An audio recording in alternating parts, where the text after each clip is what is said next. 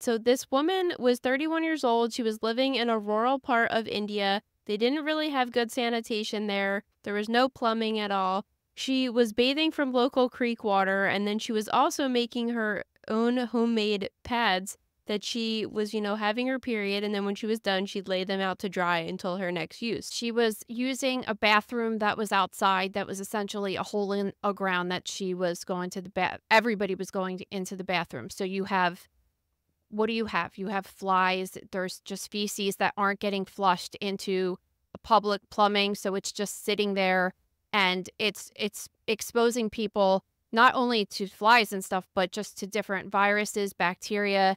So, okay, fast forward a couple months later, and she's married and she's experiencing vaginal itching and a white discharge.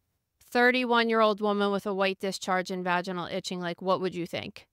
I would just assume like a yeast infection or something. Exactly, right? So she goes to the doctor and she gets a pelvic exam, and she doesn't have a yeast infection. In fact, she has a maggot infestation in her vagina. And when they were working her up and figuring out what the hell happened and how this happened, they got more of the story from her, and they assumed that because she was laying these sanitary napkins with the old blood next to the feces, that there were flies in the room and everything like that, that the flies were landing on the sanitary napkins, and they lay eggs and they're microscopic. Like, you wouldn't see it if you picked it up and looked at it. And she was using these pads right close to her vagina, and that is how she got the maggot infestation.